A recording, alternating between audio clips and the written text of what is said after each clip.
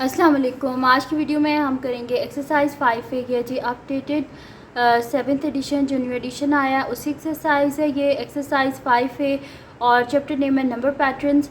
तो हम ये करेंगे आज की वीडियो में और मैं इसका जो है आपको करवाऊँगी एक्सरसाइज। ये देख लें आप, पेज नंबर है 79 पे, ठीक है, पेज नंबर 79 और ये हमारे पास एक्सरसाइज 5A है तो ये भी आपको करवाऊँगी।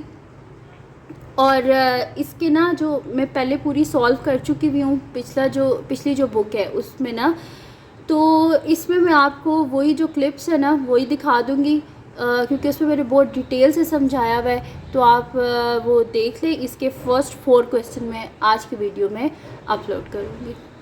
स्टार्ट करते हैं। हमारे पास है क्वेश्चन नंबर 1 है जी कि find a formula for the general term of each of the following sequences. हमारे पास क्या लिखा हुआ है, सीक्वेंस क्या गिवन है 7, 13, 19, 25, 31। अच्छा, अब इसमें हमने करना क्या है, लिखा हुआ है कि हमने फाइंड करना है फार्मूला कोई मतलब कि इसकी ना जो एंड टर्म होती है उसका हमने जर्नल फार्मूला यानी कि उसको यूज़ करके हम इसकी कोई भी टर्म फाइंड आउट कर सकते हैं, वो वाला हमने इसका फार्मूला जो है वो जनरेट करना है। तो वो इजीली हम जनरेट कर सकते हैं, कोई मुश्किल नहीं है। तो स्टार्ट करते हैं। और अगर आप यहाँ पे देखें ये जो सीक्वेंस है इसके बीच में ये जो सीक्वेंस है ना, आपका ये वाला जो चैप्टर है इसमें जो सीक्वेंस यूज़ हुए हैं उन सब के बीच में एक कॉमन डिफरेंस है, ठीक है। यानी कि कोई ना कोई एक चीज़ ऐड हो रही है या सब्ट्रैक्ट हो रही है, यानी कि उनके बीच में शुरू से लेके एंड तक एक ही कॉमन डिफरेंस है, ठीक है। यानी कि यह चीज़ कोई ऐड ही हो रही है इसमें। तो जो है इसको हम स्टार्ट करते हैं। अब इसको स्टार्ट करने का आसान सा तरीका है, इसको हम इस तरह करेंगे कि ये हमारे पास आ जाएगा कि हमने इसकी nth टर्म फाइंड आउट करनी है ना, तो हमारे पास क्या हो जाएगा जी कि इसके सबसे पहले तो मैं आपको बता देती हूँ कॉमन डिफरेंस किस तरह फाइंड आउट करते हैं। तो यहाँ पर मैं लिख देती हूँ सिंस द कॉमन डिफरेंस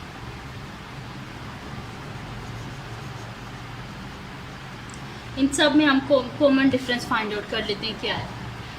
तो कॉमन डिफरेंस किस तरह फाइंड आउट करते हैं, सेकंड टर्म में से फर्स्ट टर्म को माइनस करते हैं, ठीक है। तो ये हमारे पास क्या आ जाएगा 13 माइनस 7। तो 13 में से 7 को माइनस करें तो हमारे पास क्या आ जाएगा 6 आ जाएगा, ठीक है। तो मैं यहाँ पे लिख देती हूँ कि मेरे पास आ गया 6, ठीक है। अच्छा, अब ये जो टर्म्स है हमारे पास ये इस तरह होती हैं, ये T1 है, ये T2 है, ये T3 है, ये T4 है, ये T5 है। Term number 1, term number 2, term number 3, term number 4, term number 5। तो कॉमन डिफरेंस हम किस तरह फाइंड आउट करते हैं, term number 2 minus term number 1, यानी कि कॉमन डिफरेंस हम क्या लिखते हैं is equal to T2 minus T1। इसको इस तरह भी आप लिख सकते हैं T3 minus T2, T4 minus T3, T5 minus T4, कुछ भी कर लें। बेशक आप T3 माइनस T2 करें तब भी आंसर 6 ही आए। देखिए 19 माइनस 13 6 ही आता है, यानी कि इन सब के बीच में डिफरेंस किसका है 6 का है। देखिए 19 प्लस 6 25, 25 प्लस 6 31, शुरू से लेके एंड तक 31 का डिफरेंस है इन सब में। तो यहाँ पे लिख दिया जी कॉमन डिफरेंस। अब उसके बाद हमने क्या फाइंड आउट करनी है, जर्नल फार्मूला। जर्नल टर्म जो है फाइंड आउट करनी है हमने, यानी कि इसकी nth टर्म। तो nth टर्म हमारे पास किसके इक्वल होती है, Tn is equals to nth term is equals to common difference 6, ठीक है। लिखते हैं हम कॉमन डिफरेंस इनटू हमारे पास क्या होती है टर्म पोजीशन, यानी कि जिसको बोलते हैं n प्लस c। c क्या होता है हमारे पास एक कांस्टेंट होता है। मैं फर्स्ट ये वाला जो क्वेश्चन करवा रही हूँ इसमें मैं आपको ये लिख भी देती हूँ कि मैं क्या आपको बता रही हूँ। इसमें हमारे पास Tn जो है ये होता है जी हमारे पास ये है जी nth टर्म, 6 है कॉमन डिफरेंस, ठीक है जी। तो 6 कॉमन डिफरेंस हो गया। ये जो n है ये हमारे पास क्या है यहाँ पे टर्म पोजीशन, ठीक है, टर्म पोजीशन। और c हमारे पास क्या है कांस्टेंट है जो कि इक्वल किसके होता है, ये इक्वल होता है हमारे पास T0 के, ठीक है। और T0 क्या होगा हमारे पास जो T1 से पिछली वैल्यू है उसकी वैल्यू। तो मैं अभी आपको ये सारा बता देती हूँ। अब इसके बीच में हम वैल्यूज़ जो है उनको सब्सिट्यूट कर देते हैं। तो यहाँ पे हमने nth टर्म क्योंकि फाइंड आउट करनी है तो इसको हम Tn ही रहने देते हैं। Tn is equals to 6n। अब सी हमें फाइंड आउट करना है। तो सी को हम किस तरह फाइंड आउट करेंगे, यहाँ पे कि मैं दोबारा यहाँ पे टर्म लिख देती हूँ कि इसमें मैंने सारा आपको डिस्क्राइब करने के लिए सारा लिख दिया था। अच्छा, अब इसमें हमें चाहिए ये सी। तो सी को मैं यहाँ पे आप लोगों को सही से एक्सप्लेन कर देती हूँ कि सी क्या है हमारे पास। सी यहाँ पे मैं लिख देती हूँ the term before T1 is C। तो T1 से पहले क्या होगा, 1 से पहले क्या आता है 0, यानी कि T0 होगा हमारे पास, ठीक है। यानी कि ये जो T1 है ना, इससे पहले एक वैल्यू आएगी यहाँ पे, ठीक है, जो हमारे पास क्या होगी T0। अब कॉमन डिफरेंस क्या आ रहा है, यहाँ पे 6 का डिफरेंस आ रहा है। तो 7 में से 6 को माइनस करेंगे क्योंकि हमने पिछली टर्म, अगर आगे जाना है तो +6 करेंगे, पीछे जाना है तो -6 करेंगे।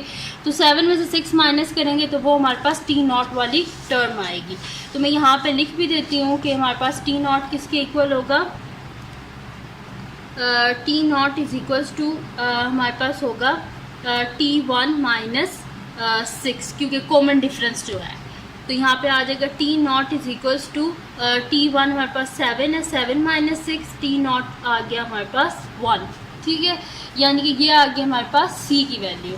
तो अब इसके बीच में हम डाल देते हैं विच इज़ इक्वल्स टू, यहाँ पे मैं लिख देती हूँ C is equals to T0 is equals to 1। अब इसके बीच में हम ये वैल्यू सारी सब्स्टिट्यूट कर देते हैं। तो ये हमारे पास आ जाएगा Tn is equals to 6n plus C की जगह हम लिख देंगे 1। और यही हमने इसका फाइंड आउट करना था, जनरल टर्म जो हमने फाइंड आउट करनी थी वो हमने कर लिया है। तो यहाँ पे कंप्लीट सॉल्व हो गया हमारे पास इसका A पार्ट। अब हम करते हैं इसका B पार्ट।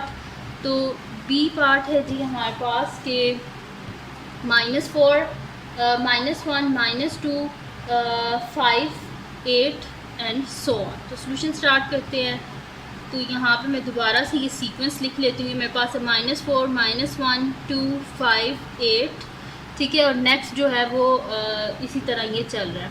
अच्छा, अब हमने क्या फाइंड आउट करना है, इसकी जो हमारे पास जनरल टर्म है वो हमने इसकी फाइंड आउट करनी है।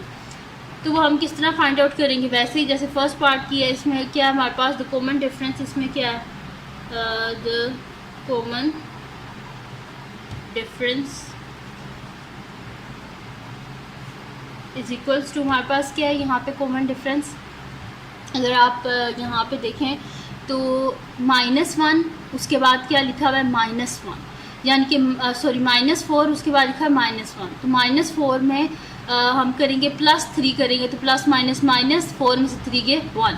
इसी तरह -1 है, -1 + 3 करेंगे तो क्या आएगा 2।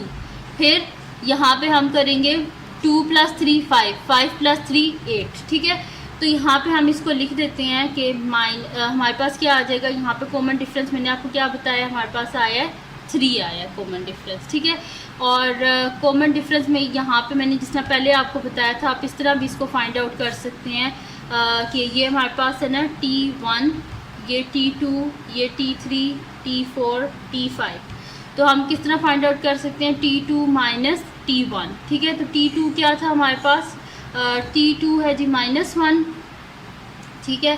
और -1 माइनस हमारे पास क्या है ये T1 -4, -1 माइनस प्लस 4 में से 1 के पीछे क्या बचता है 3 बचता है, ठीक है। तो इस तरह मुझे पता चला है कि कॉमन डिफरेंस क्या है 3। तो मैंने यहाँ पे लिख दिया है कि कॉमन डिफरेंस इक्वल्स टू 3। अब हमारे पास क्या है, हम यहाँ पे लिख देते हैं कि हमें क्या चाहिए, जो इसकी जनरल टर्म है उसमें आ जाएगा Tn is equals to 3 × n plus हमें चाहिए C चाहिए। अब इस C की वैल्यू को हमने फाइंड आउट करना है। तो भाई यहाँ पे फिर लिख देती हूँ कि the term before T1 is C, और C किसके इक्वल है T0, और T0 किसके इक्वल होता है T1। ये T1 है ना, माइनस कर देंगे इसमें से जो हमारे पास कॉमन डिफरेंस, और कॉमन डिफरेंस क्या है हमारे पास 3 है। तो यहाँ से हमारे पास यानी कि ये पिछली वाली टर्म हमें चाहिए। तो हम यहाँ पे कर देते हैं, लिख देते हैं T1 की वैल्यू लिख देते हैं। तो T0 is equal to T1 -4 -3, यानी कि T0 हमारे पास क्या आ जाएगा, -4 -3 क्या हो जाएगा -7, ठीक है। यानी कि हमारे पास इससे पिछली टर्म क्या है -7, और ये T0 है हमारे पास, ठीक है। ये हो गया। अब हम क्या कर देते हैं, इस टी एन में इसकी वैल्यू जो है वो हम सब्स्टिट्यूट कर देते हैं। और टी नॉट किसके इक्वल होता है हमारे पास, सी के इक्वल। तो आ जाएगा T N is equals to 3n plus, हमने ये प्लस का साइन एज इट इज़, और सी की वैल्यू क्या थी -7। दिस इम्प्लॉज ये हमारे पास क्या हो जाएगा, T N is equals to 3n plus minus -7। ठीक है जी। तो ये आ गई हमारे पास इसकी nth टर्म जो हमने फाइंड आउट करनी थी। अब हम करते हैं इसका नेक्स्ट पार्ट जो कि हमारे पास है इसका सी पार्ट। तो सी पार्ट है जी हमारे पास के यहाँ पे मैं लिख देती हूँ सी पार्ट। तो सी पार्ट है जी हमारे पास 60, 67, 74, 81, 88 एंड सो ऑन, इसी तरह है हमारे पास। तो उसका सोल्यूशन स्टार्ट करते हैं। तो हमारे पास गिवन सीक्वेंस है 60, 67, 74, 81, 88 एंड सो ऑन, ये हमारे पास इस तरह। अब इसमें क्या है हमारे पास, ये है जी T1, ये T2, ये T3, ये T4, ये T5। ठीक है। तो हमारे पास अब सबसे पहले देखना है कॉमन डिफरेंस क्या है। तो यहाँ पे मैं लिख देती हूँ कॉमन डिफरेंस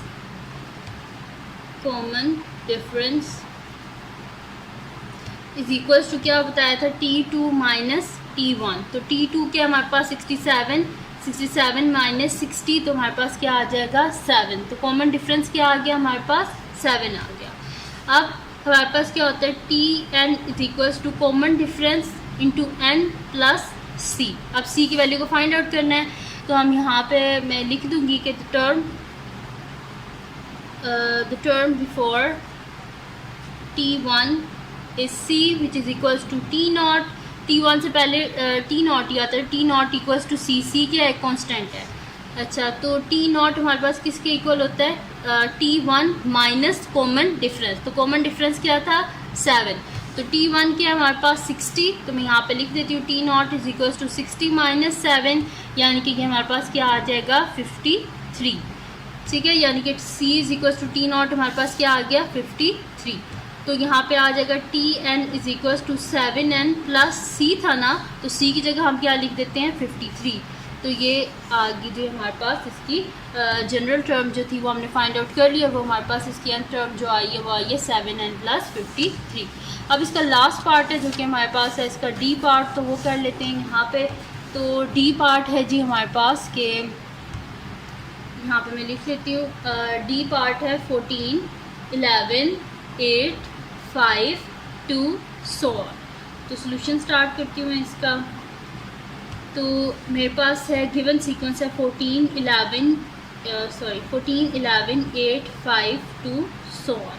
अब इसमें लिख देती हूँ, ये मेरे पास T1 है, ये T2, ये T3, ये T4, ये T5। ठीक है जी। अब यहाँ पे सबसे पहले तो हमें कॉमन डिफरेंस फाइंड आउट करना है। तो मैं यहाँ पे लिख देती हूँ the common difference is equals to, हमारे पास क्या होता है T2 minus T1, term number 2 minus term number 1। तो टर्म नंबर 2 क्या हमारे पास 11, तो 11 माइनस 14 हो जाएगा हमारे पास। ठीक है, तो 11 में से 14 को माइनस करें तो हमारे पास यहाँ पे क्या आएगा, प्लस माइनस माइनस, 14 में से 11 के 3, बड़ी वाली के साथ माइनस है जैसे माइनस। तो कॉमन डिफरेंस क्या आ गया हमारे पास -3। ठीक है जी। तो अब यहाँ पे हमारे पास क्या आ जाएगा, तो मैं यहाँ पे लिख देती हूँ कि हमारे पास आ जाएगा Tn क्या हो जाएगा, Tn इज इक्वल्स टू हमारे पास common difference into n plus C। अब हमने क्या फाइंड आउट करना है, C को फाइंड आउट करना है। तो फिर मैं यहाँ पे लिख देती हूँ कि द टर्म बिफोर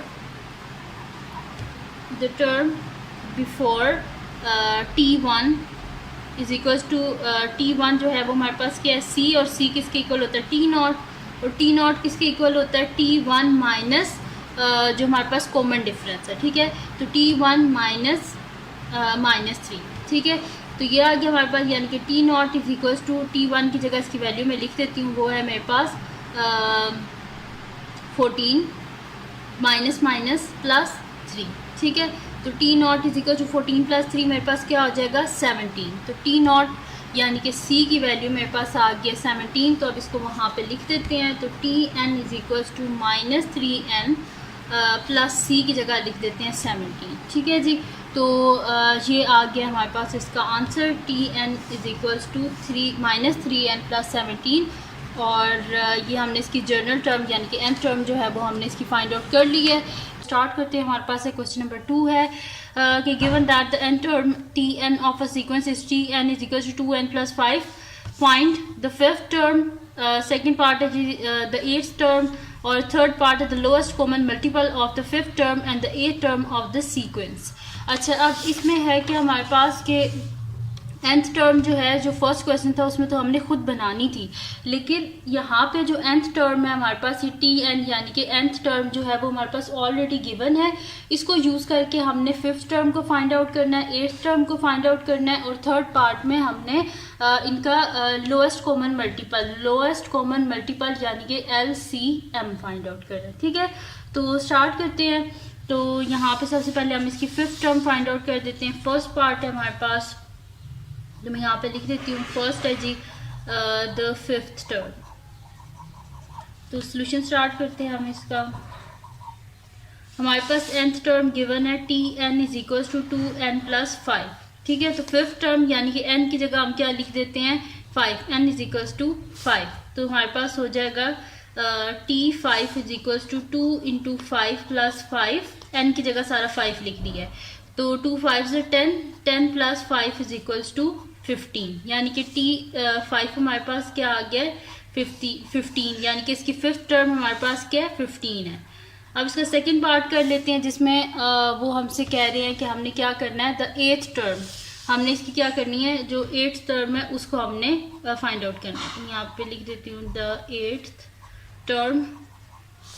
तो सोल्यूशन स्टार्ट करते हैं। हमारे पास जो है वो n की वैल्यू गिवन है, तो मैं यहाँ पे लिख देती हूँ tn is equal to 2n+5। ये गिवन है हमारे पास इसकी nth टर्म। तो n क्या हम ले लेते हैं 8, क्योंकि हमें 8th टर्म चाहिए। तो t8 इज इक्वल्स टू 2 × 8 + 5। तो 8 2 = 16, 16 + 5, तो 16 + 5 हमारे पास क्या हो जाएगा 21। तो मैं यहाँ पे लिख देती हूँ 21, यानी कि इसकी जो इसकी 8th टर्म है वो हमारे पास क्या आ गई 21 आ गया। अब करना क्या है, इसका हमने करना है जी थर्ड पार्ट। तो थर्ड पार्ट में लिखा हुआ है कि हमने least common multiple find out करना है। तो लीस्ट कॉमन मल्टीपल क्या होता है हमारे पास LCM। तो मैं यहाँ पे लिख देती हूँ थर्ड पार्ट है अब। ठीक है, तो थर्ड पार्ट में हम इसका जो है वो फाइंड आउट कर लेते हैं, लीस्ट कॉमन मल्टीपल यानी कि LCM फाइंड आउट कर लेते हैं। तो स्टार्ट करते हैं।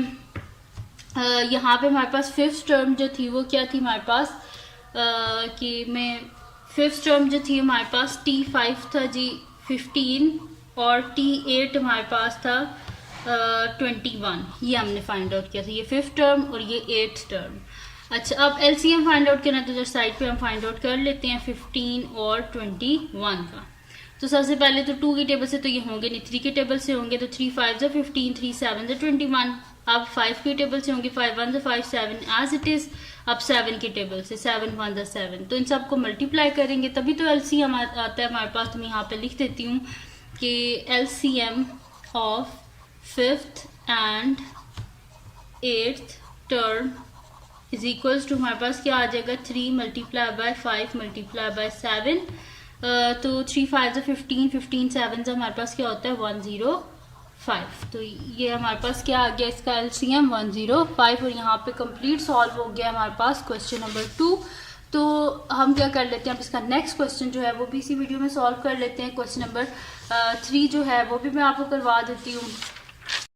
तो अब क्वेश्चन नंबर 3 जो है इसको देख लेते हैं। इसमें हमारे पास है कि consider the sequence 3 6 9 12 15, write down the next 2 terms of the sequence. Second है find in term of n a formula for the nth term of the sequence, and third one है find the 105th term of the sequence. अच्छा, अब इसमें ये जो nth term वाला है ये तो हम फर्स्ट पार्ट में सारे जो थे ना वही हम यही करते रहे कि हम उसकी nth टर्म यानी कि जर्नल फॉर्म जो है वो हम उसकी फाइंड कर रहे थे। उसके बाद इसमें करना क्या, सबसे पहले तो इन्हें कहा है कि नेक्स्ट 2 टर्म्स हमने सीक्वेंस की लिखनी है। तो हम क्या करेंगे, इसका कॉमन डिफरेंस देख लेते हैं। कॉमन डिफरेंस क्या है, फिर हम वही इसमें ऐड कर देंगे तो हमारे पास नेक्स्ट 2 टर्म्स जो हैं वो आ जाएंगी, ईजिली आ जाएंगी। तो फिर मैं यहाँ पे लिख लेती हूँ सबसे पहले सोल्यूशन। तो जो सीक्वेंस है वो भी मैं यहाँ पे लिख लेती हूँ, वो है जी 3, 6, 9, 12, 15। ठीक है, ये हमारे पास। और आगे देख लेते हैं क्या आएगा। सबसे पहले देख लेते हैं कॉमन डिफरेंस। तो ये क्या है हमारे पास, T1, ये T2, ये T3, ये T4, ये T5। ठीक है, अब कॉमन डिफरेंस देख लेते हैं। तो common difference is equals to हमारे पास क्या आ जाएगा, T2 माइनस T1। तो T2 क्या है हमारे पास 6 माइनस 3 क्या आ जाएगा हमारे पास 3। इसी तरह 9 में से 6 को T3 माइनस T2 करें तब भी 3 आएगा, T4 माइनस T3 करें तब भी 3 आएगा, इसी तरह T5 माइनस T4 करें तो भी यही आएगा। ठीक है, यानी कि 15 माइनस 12 भी 3 होता है, 12 माइनस 9 भी 3 होता है, 9 माइनस 6 भी 3 होता है, 6 माइनस 3 भी 3 होता है, यानी कि इन सब में डिफरेंस किसका आ रहा है, 3 का आ रहा है। तो हमारे पास फिर नेक्स्ट 2 टर्म्स क्या आ जाएंगी, इसमें 15 में जो है वो हम करेंगे 3 ऐड, तो हमारे पास क्या आ जाएगी, तो मैं यहाँ पे लिख देती हूँ कि T6 is equals to 15 plus 3, यानी कि हमारे पास क्या आ जाएगा 15, 16, 17, 18। और इसी तरह T7 क्या आ जाएगा हमारे पास कि T6 प्लस 3 यानी कि 18। मैं यहाँ पे लिख देती हूँ T6 प्लस 3, यानी कि पिछली टर्म में 3 को ऐड कर दो तो नेक्स्ट टर्म आ जाती है, यानी कि 18 प्लस 3 तो 18, 19, 20, 21 आ गया हमारे पास। ठीक है, यानी कि T7 क्या आ गया हमारे पास 21। तो यही हमने फाइंड आउट करनी थी टर्म्स, तो ये हमारे पास आ गई। तो मैं यहाँ पे लिख देती हूँ the next two terms are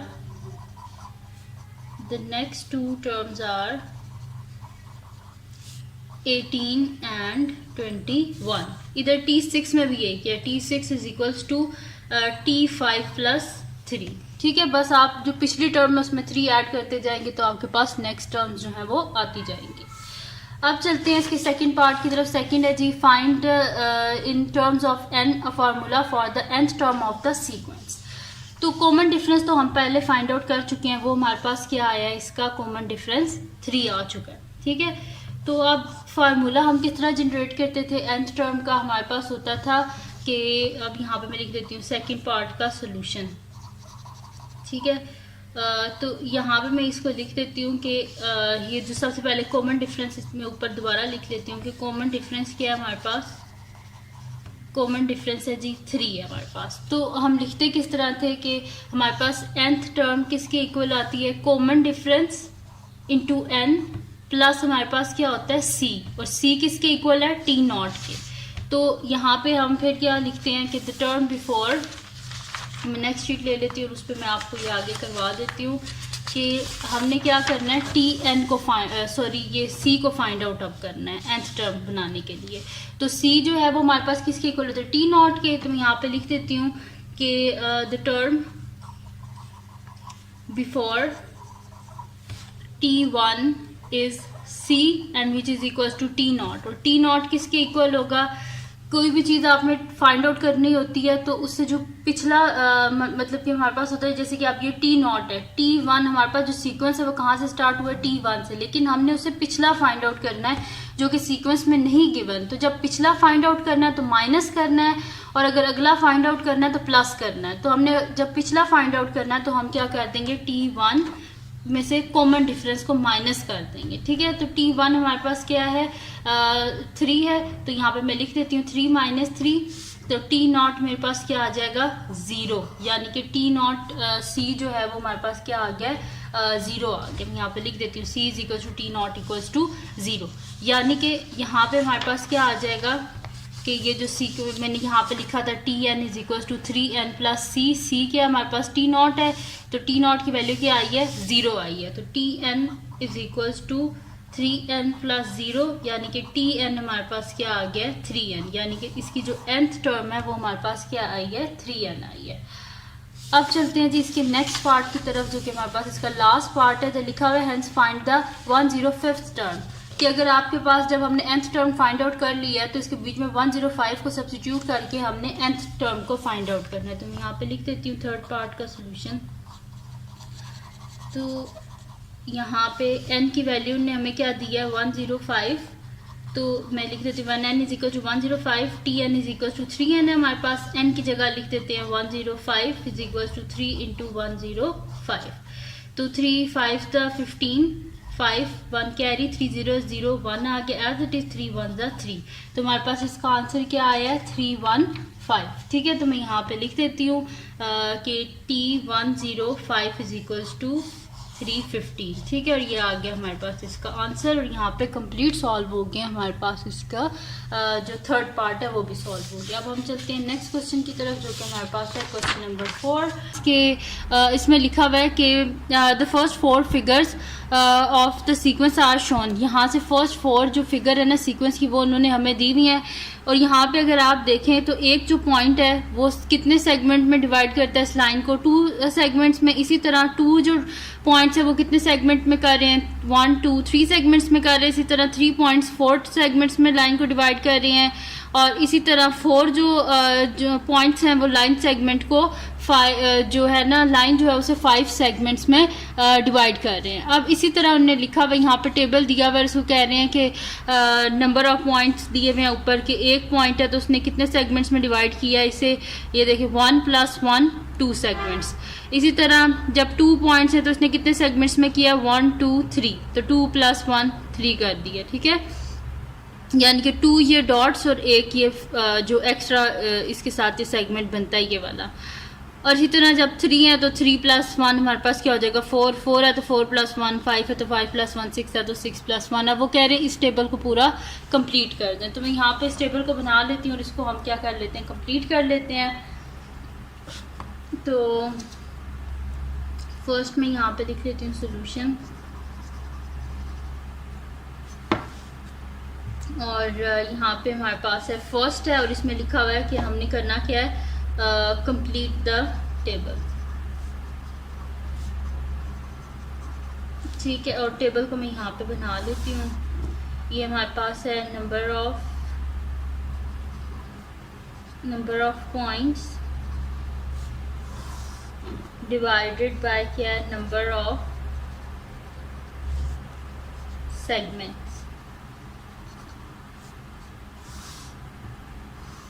ठीक है, नंबर ऑफ पॉइंट्स है और नंबर ऑफ सेगमेंट्स है।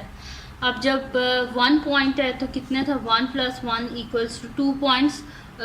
एक पॉइंट है और एक साथ जो अलग पार्ट बनता है। ठीक है, तो ये 2 हो गया। इसी तरह जब 2 थे तो 2 + 1 = क्या आ गया 3 आ गया।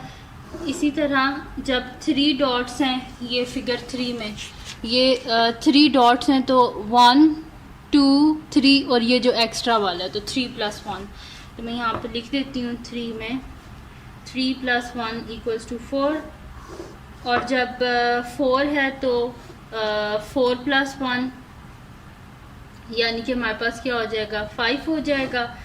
इसी तरह जब हमारे पास 5 है तो हम 5 की यहाँ पे, क्योंकि 5 का गिवन नहीं है तो मैं यहाँ पे इसकी जो है ना वो बना लेती हूँ फिगर।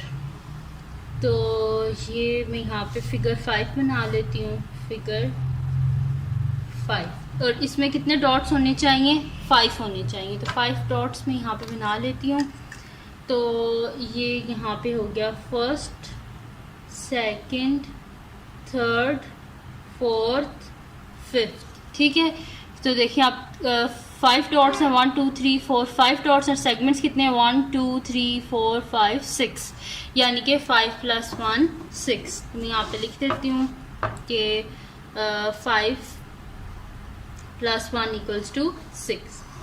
ठीक है जी, अब लास्ट है हम इसकी भी फिगर मैं आपको बना के दे देती हूँ। जब फिगर 6, तो फिगर नंबर 6 इसमें भी डॉट्स मैं यहाँ पे लगा लेती हूँ।